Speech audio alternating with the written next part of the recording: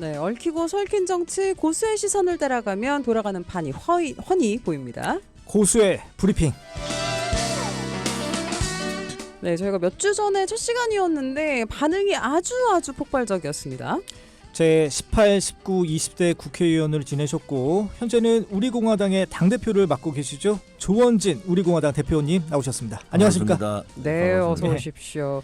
우리의 희망. 지금 또 많은 분들 팬분들 와주셨습니다. 시작하기 전부터 네. 이 지지자분들께서 다 이렇게 문자들 대기해 남겨주시고 주셨어요. 대기해 주셨어요. 더불어서 저희 굿모닝 OBS도 사랑해 주시기 바랍니다. 예. 아이고 지난주 첫 번 방송하셨는데 모두 그때 한 소감이라든지 그때 여쭤보지도 못하고 끝내가지고 간단하게 한번 말씀 듣고 한번 시작해 보겠습니다. 제 소감이 중요한 게 아니고 예. 국민들 네. 속이 까맣게 타들어가는 억장이 네. 무너지죠. 대한민국의 국격, 예. 국민들의 품격을 이런 식으로 정치인들이 음. 무너뜨려도 되는가? 예. 그런 반성의 시간이다. 네. 또 불안해서 어떻게 살겠어요? 예. 대통령 미국 대통령 선거도 뭐 누가 될까 이 고민이 많은데 이게 국내 문제가 터지니까 예. 부끄럽죠. 또 특히 보수 정당의 대통령 후보군들, 예. 후보군들의 명태균과의 얽힘과 설킴, 예. 그러니까 그런 사람들이 너무 국민들에 의해서 혹은 자기 자신들에 의해서 업대가 있는 거 아닌가. 예. 소위 그 실력이나 그런 정치력 또 예. 대한민국에 대한 그런 직관 이런 부분에서 너무 많이 부풀려져 있다. 이번에 명태균 사건을 보면서 예. 그 사람들의 이제 민낯이 하나하나 드러나잖아요. 예. 권력을 잡기 위해서 어떠한 사람과도 만날 수 있고 어떠한 짓도 할 수 있다. 이게 부끄러운 거죠. 예. 아니 근데 지난주에 윤석열 대통령의 육성이 공개되면서 아주 파장이 커지지 않았습니까? 이거 대표님 보시기에 어떻게 탄핵 사유에 해당된다고 보세요? 뭐 탄핵의 문제는 이제 법적인 문제로 가봐야 되잖아요. 예. 윤석열 대통령이 그러한 얘기를 주고받는다라는 자체가 용산이 너무 얇다. 용산의 인적 네트워크, 인재풀이 얇다는 생각이 들고 예. 대통령은 대통령 된과 동시에 고난도 있지만 책임도 있잖아요. 그러면 모든 사람들이 대통령 되기만을 위해서 하는 건지 그렇지 않으면 대통령 되고 난 다음에 플랜을 그릴 건지 예. 이 부분이 중요하지 않습니까? 그런데 지금 대통령 군 중에서 뭐 10개의 전체 국정 운영이라 그러면은 9개, 8개는 자기가 그려야 되잖아요. 예. 그런데 그러한 사람들이 있는가라는 부분에서 이번에 크게 반성해야 된다. 오직 목적을 대통령 되는 데만 목적을 가지고 가는 예. 것 자체가 이런 문제가 생길 수 있다. 네. 그리고 대통령 된과 동시에 국가원 수고 최고의 통치력을 가지고 있는 분 아닙니까? 예. 가려야죠. 예. 만나는 사람도 가리고 말도 가리고 행동도 가려야 된다. 예. 왜? 그것이 국민을 대표하기 때문에 그런 거예요. 그다음에 또 하나는 대통령 2번 하는 게 아니잖아요. 예. 한 번 하는 그 다 5년이 짧으면서도 되게 긴 시간인데 앞으로 누군가가 대통령 되려면은 5년을 향유하는 게 아니고 5년을 국민에 의해서 어떻게 봉사하고 대한민국을 어떻게 바꿔가고 대한민국의 미래 세대한테 어떤 희망을 줄 건가 이 고민을 해야 되잖아요. 예. 지금은 대부분 다가 대통령 되는데 방점을 두고 되고 나니까 그림이 없어요.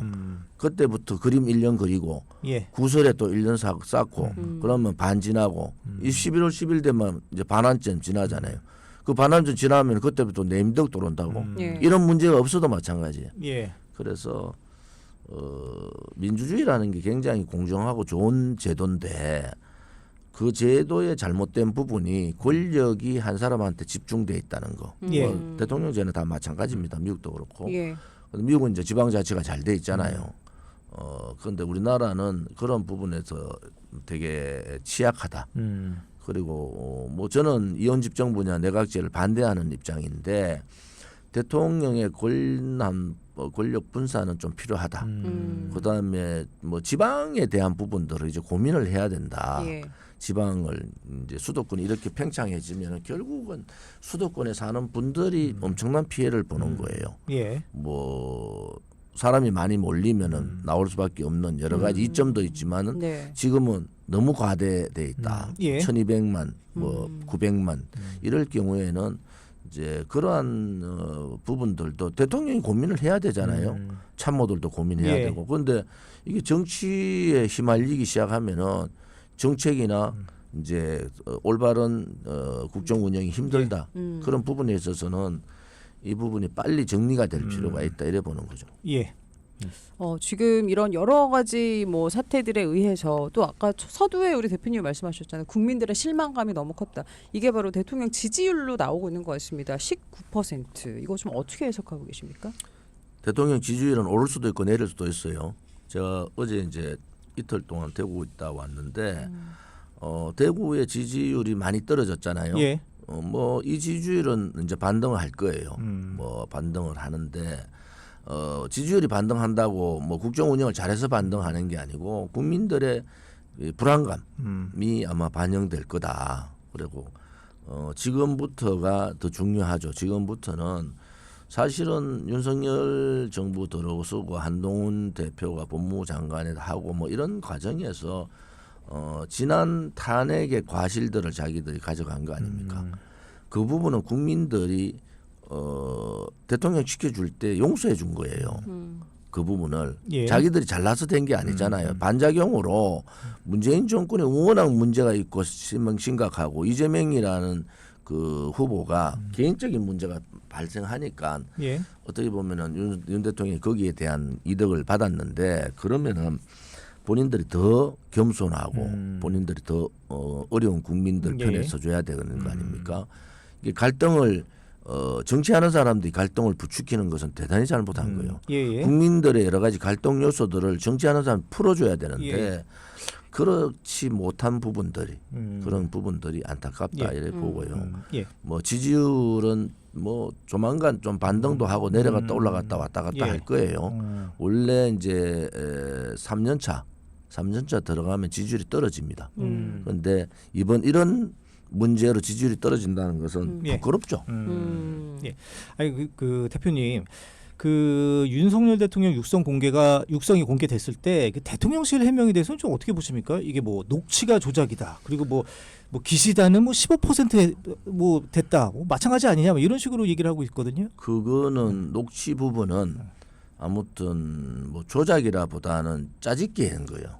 전체적으로 푼 게 아니고 그죠. 명태균이 얘기한 것도 전반적인 내용은 그게 아닌데 예. 일부분만 빼서 한 거다. 그런 부분에 있어서는 뭐 그거는 제가 공감을 하지만은 예. 대통령 육성에 녹취가 나왔다라는 자체는 대통령실이나 대통령이나 특히 김건희 여사는 고개를 숙여야 됩니다. 지금 뭐 이런 핑계 저런 핑계 된다 해가지고 국민들이 양해가 됩니까? 그래도 대통령에 대한 믿음을 가지고 지지해서 대통령이 됐지 않습니까? 그런 예. 부분에 있어서는 어떠한 이유보다도 예. 국민들한테 잘못됐다. 그리고 김건희 여사의 행동 반경도 대폭 수정하고 그다음에 뭐 특별감찰관 뭐 제 부속실 뭐 이거 다 해야죠. 다 할 거 다 해라. 예. 그래도 국민이 용서해 줄까? 예. 저는 그런 걱정이 돼요. 하는 걸 다 해도 국민이 용서해 줄까? 예. 그런데 이제 용산으로 봐서는 해야죠. 왜 국민들 마음이 너무 다쳤다. 예. 그리고 제가 처음에 얘기했죠. 불안해한다. 그럼 예. 불안 해소를 어떻게 할 거냐. 어정 갈등 문제도 예. 의사들과의 갈등 문제 빨리 해결해라. 결국 못하면은 다른 방법을 찾아야죠. 이거를 계속 끌어갈 문제도 아니다. 이러고 예. 왜냐하면 대한민국의 개혁 과제는 뭐 의협 개혁 이런 뿐만이 아니고 제일 중요한 건 정치 개혁이에요. 대한민국에 가장 못하는 게 정치인데 정치 개혁을 못하잖아요. 그러면 정당 개혁이나 정치인들에 대한 개혁이나 정치 전반에 대한 개혁을 하지 않고 이 문제는 계속 반복적으로 일어날 수밖에 없다. 예. 그런 부분에 있어서는 윤석열 대통령한테 또한 기회가 온 예. 거다. 그럼 그 기회를 뭐 개혁의 제일 화두를 정치 개혁 쪽으로 먼저 가서 예. 본인도 개혁하고 관행적으로 되어 있는 정치의 이 부조화, 예. 국민들하고 동떨어진 정치 이런 부분들을 바꿀 필요가 있다 이래 보는 거죠. 예. 근데 대통령실이나 여당 쪽에서는 이 윤석열 대통령 육성이 공개됐지만 공천 개입이 됐다는 확정적으로는 어떤 증거가 없지 않냐 또 이렇게 또 얘기를 하거든요. 여기 대해서는 어떻게 공천 보십니까? 개입 문제는 뭐 법적으로 봐야 되겠죠. 지금 뭐 5월 9일, 5월 10일 뭐 날짜 때문에 뭐 대통령 당선 이제 취임 전이다. 하루 예. 전날 했다. 뭐 예. 그것도 좀 부끄러운 얘기고 네. 뭐 이랬던 저랬던 공천 문제를 대통령의 육성으로 나왔다는 것은 예. 국민들 이 이해의 마지노선이 넘어갔다 이래 보는 거죠. 예. 그런 부분에 있어서는 앞으로 이걸 통해서 용산 대통령실이나 앞으로의 지도자들도 쉽게 공천에 개입해서는 안 된다. 그러한 선례를 남겨야 된다. 그래서 공천 부분은 정당에서 공천심사위원회를 통해서 정확한 선거법에 준한 그러한 경선 절차를 밟는 것을 원칙으로 가야 된다. 그런데 예. 권력을 쥐면요 자꾸 유혹이 오는 겁니다. 예. 명태균 씨 같은 경우는 그런 거예요. 권력한테 가까이 가고 싶은 사람 명태균과 자기 정치 국회의원만 되면 된다는 김영선이라는 사람 또 그런 사람들이 같이 일을 했던 그 사람들 그 사람들의 면면을 보면 저는 도대체 저도 국회의원을 3번 했지만 네. 이해가 안 가는 거예요. 예. 이해가 그런 부분에서는 이걸 계기로 정치 정체의 이 풍토 정화 작업도 필요하다. 여야를 막론해서 똑같습니다. 예.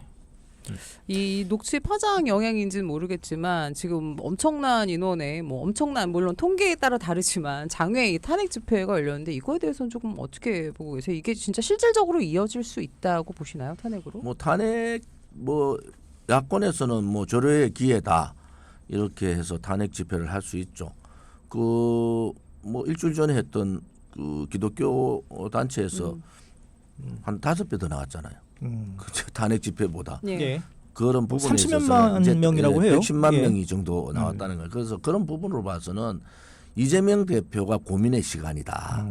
이재명 대표는 본인이 사법 리스크가 가도 뭐 대법원 판결 때까지는 대통령 선거 전에 안 난다 이래 보는 거예요. 예. 그러면은 대통령 후보 되는 데는 별 문제가 없다 보는 거예요. 그 제가 이재명 대표의 고민의 시간이라는 게 이 탄핵 정국으로 갔을 때 이재명 대표한테 불리한가 유리한가 본인이 대통령 되는 데 대해서 예. 그런 고민이 되게 많아질 거다 이런 생각을 합니다. 예. 아 근데 민주당 쪽에서는 이게 탄핵보다는 임기 단축에 조금 더 무게를 싣는 목소리들도 많더라고요. 그 하야라는 얘기인데 예를 들어서 임기 단축이라는 게 개헌 아니겠어요? 예, 그렇죠. 헌법을 예를 들어서 통해서. 예. 뭐 그런 얘기들은 많이 나왔죠. 대통령 임기를 1년 줄이고 예. 그다음에 그러니까 지방선거와 이제 때를 맞춰서 지방선거하고 예. 때를 맞춰서 같이 하되 이제 4년 연임 예. 4년 연임 대통령제 뭐 이런 부분들을 얘기를 많이 화제됐던 얘기들이에요. 그 얘기들은 일견 그 부분은 이번 대통령 이 문제 말고 이미 명태균 사건이 아닌 상황에서도 그 얘기들은 정치권에서 많이 되고 그게 합리적이다. 예. 명예로운 퇴진을 할 수 있다. 예. 그러기는 2년 연임에 대한 부분들은 여야가 다 공이 뭐 그런 부분 대해서는 얘기가 있었고 그런 예. 부분은 지금 말고 명태균 사건이 대강 정리가 되고 국정 운영이 정상적으로 갔을 때 윤 대통령의 목이다. 예. 윤 대통령이 고민을 해서 그거를 어떻게 할 건지 예. 누군가는 한 번은 그런 상황을 가야 돼요. 예. 그래서 4년 중임제라는 부분들은 이제 선거로부터 이제 3번 큰 선거가 3번 있는 부분들을 2번으로 줄이는 그런 효과도 있지만은 예. 한편으로 봐서는 국정 운영이라는 부분에서 4년 단임, 5년 단임보다는 4년 중임이 맞다 이러는데 제가 말씀드리는 것은 탄핵 문제하고 맞물려서 하는 건 옳지 않다고 봐요. 이거는 정치권에서 국회에서 여야 간의 머리를 맞대고 이런 부분을 논의를 거쳐서 정상적인 절차를 밟아야지 이게 밀어붙이기 식으로 안 되니까 당신 1년 줄이고 가라 이런 거는 뭐 용산이 하겠습니까? 그런 상황은 아니고 정상적인 상황에서는 예. 검토해 볼 만한 사안이다 이래 보는 거죠. 예.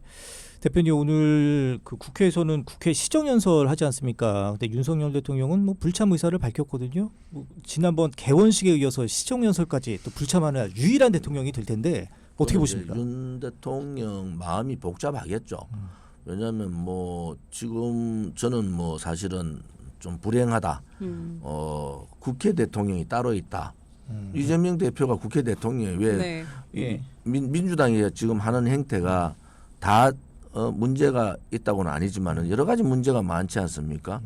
국민 상식에 맞지 않는 법들을 내고 국민 상식에 맞지 않는 탄핵 조항들을 자꾸 내지 않습니까? 저는 그거 옳지 않다고 보는 사람이고 예. 국회는 여야 간에 협의를 하고 서로 간에 양보해 가면서 국민의 삶을 챙기는 거예요. 그런데 그렇지 못하고 있다. 그런 부분에 있어서는 윤 대통령이나 국회의 여야가 특히 민주당과 국민의힘이 반성해야 될 부분이 많다. 예. 이래 보고 시정연설을 안 가는 부분들은 빨리 정상화가 돼서 국민들한테 중요한 특히 이번에 예산 부분에 대한 이제 요청을 하는 거기라서 네, 네. 그런 부분에서는 가시는 것이 맞다. 저는 그래 보는 거죠. 예. 그 좀 여당 얘기를 좀 해보죠. 지금 한동훈 대표가 지금 묵묵부답입니다. 근데 오늘 일각에서는 오늘 오전에 한 대표가 뭐 입장을 밝힐 거라고 얘기하고 있는데 뭐 예상하는 어떤 스탠스랄까요? 대표님 어떻게 보십니까? 한동훈 대표가 느낌이 있을 거예요. 왜냐하면은 그 전에는 뭐 한동훈 대표 주변에 있는 사람들은 대부분 다 개인주의자들이다. 저는 뭐 신지호, 김경률, 진중권, 김종혁 이런 사람들이 과연 여러 많은 사람들하고의 소통을 하고 있는 사람들인가? 한동훈 대표는 더 하잖아요. 일단 이번에- 대표님의 견해입니다. 이번에 느낌이라는 것은 예. 뭐냐 그러면은 본인들이 이제 용산하고 각을 세워가면서 했는데 이 문제가 딱 터지고 나니까 이제는 좀 심각하게 고민이 되는 거예요. 예. 그렇다 해가지고 윤석열 대통령하고 등을 지고 간다. 그런 문제 분당 사태죠. 그래까지 한동훈 대표가 각오가 돼 있느냐. 또 한동훈 대표한테 대한 점수가 국민들의 점수가 그런 사태까지 벌여줘도 한동훈 대표한테 점수를 줄 건가. 그런 부분에 있어서는 한동훈 대표 쪽에서 많은 고민들을 더 해야 된다 이래 봅니다. 그럼 대표님 생각은 어떠십니까? 그러니까 윤석열 대통령을 이젠 버리고 보수를 살려야 된다 이런 입장이 있는 반면에 보수가 지금 그 뭉쳐야지 어떤 야당 공세 일사불란하게 막을 수 있다 이런 주장도 있거든요. 어떻게 보십니까? 두 가지가 조화로워야죠. 윤 대통령을 버려가지고 보수가 살 것 같으면 벌써 버려야죠. 그렇지 않다는 거잖아요. 윤 대통령을 버리고 탄핵으로 가면은 보수는 완전히 망해버린다. 지난 탄핵 때도 그랬잖아요. 네. 이번에는 뭐 문재인 대통령이 어정쩡한 스탠스를 취해서 그래 김남국이라는 사람이 반발하고 뭐 여러 가지 말을 하지만은 그렇지 않게 갈 가능성이 있다. 이제는 한번 이제 탄핵 문제가 다시 거론되면은 보수는 괴멸된다. 저는 뭐 앞으로 보수가 정권 잡기는 힘들다 이래 보는 거예요. 그런 부분에서 고민을 하라는 거예요. 본인은 그렇게 나가면은 본인이 될 것 같죠. 박근혜 대통령 탄핵 전국에서도 다 대통령 되는 줄 알았어요. 김무성도 자해가 되고 유승민도 자해가 되고 반기문도 자해가 되고 예. 그다음에 황교안도 자해가 되고 그다음에 저 대구시장하는 홍준표도 자해가 되는 줄 다 알았어요. 예. 그렇지 않잖아요. 그래서 보수의 지지자들은 예. 지금 서글프지만은 보수가 괴멸되는 방향으로는 가서는 안 된다는 입장을 갖고 있단 예. 말이에요. 그래서 네. 그런 부분에서는 대변화, 대혁신이 필요하지만은 그렇게 탄핵까지는 가기는 힘들다 이래 보는 거죠. 예. 뭐 관련해서 좀 하나만 더 여쭤보면 이제 뭐 김건희 특검법이 14일 날 오늘 14일 날 처리 예정이라고 하지 않습니까? 그럼 아무래도 대통령이 당연히 거부권을 행사할 테고 그럼 국회 본회의로 다시 넘어오면 그때 8표의 이탈표가 과연 있을 것이냐? 좀 이번 좀 저는 많아질 것 같기도 그거보다도 하고요. 11월 10일이 2년 6개월 지난 반환점에 이제 대통령의 임기가 딱 반 지날 때 예. 그 점에 대통령의 여러 가지 조치가 있어야 된다. 용산에서 뭐 예를 들어서 제가 말씀드린 예를 들어서 제2부속실, 네. 특별감찰관, 예. 김건희 여사의 행동 자제, 뭐 또 하나 이제 야당과의 협치, 뭐 이런 여러 가지 조치들이 나올 거다. 그렇게 나오지 않으면 장담할 수 없어요.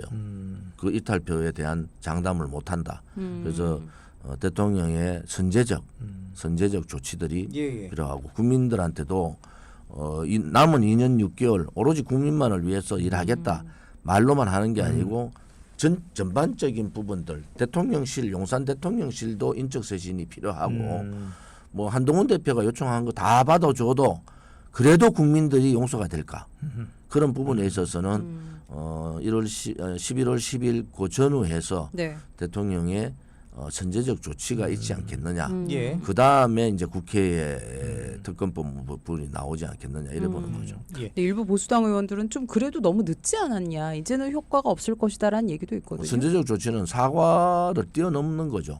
사과를 뛰어넘는 실질적인 조치들이 필요하다.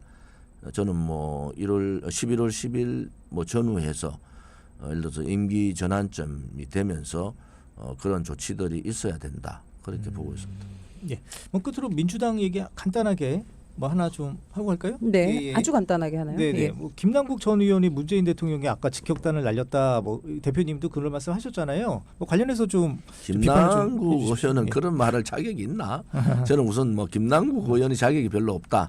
다른 사람이 뭐 그래서 모르겠는데 아마 이재명의 민주당 이제 우리가 민주당의 이재명 대표가 아니고 이재명의 민주당이 된 지 오래됐잖아요.